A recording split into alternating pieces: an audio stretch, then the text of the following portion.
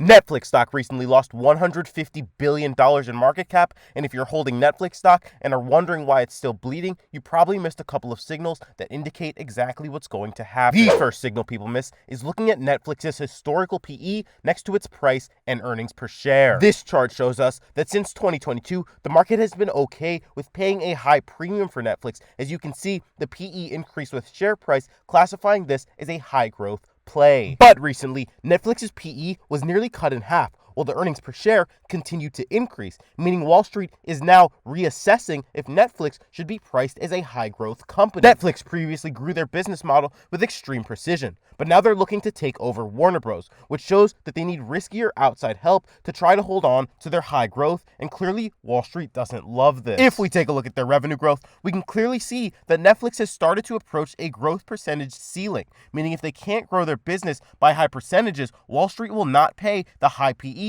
the stock currently asks for. Simply put, if you look at this chart and think the bars are going to continue going down, you're a Netflix bear, but if you think they're going to recover, you are a Netflix bull. So let's get right into my analysis of the stock, including entry points and stock price predictions. The way Netflix will continue its expansion is simply margins. As you can see, margin growth is basically how they continue to grow, being strict on family plans, raising prices, etc. I think that ultimately this acquisition will push margins down temporarily, but later this deal could vastly improve them. For the time being, at Netflix's current price, it's a fine price if you want to start slowly building a position, but here are the levels I would look for. At around $94, Netflix will be at a PE that it has historically liked to bounce off of, and if the market is not completely abandoning Netflix's growth potential, building a position here could be strong. I do not really see Netflix crossing under $84 this cycle unless broader market conditions worsen or some profit-ruining event happens, maybe even if the Warner Bros. Deal flops. At $110,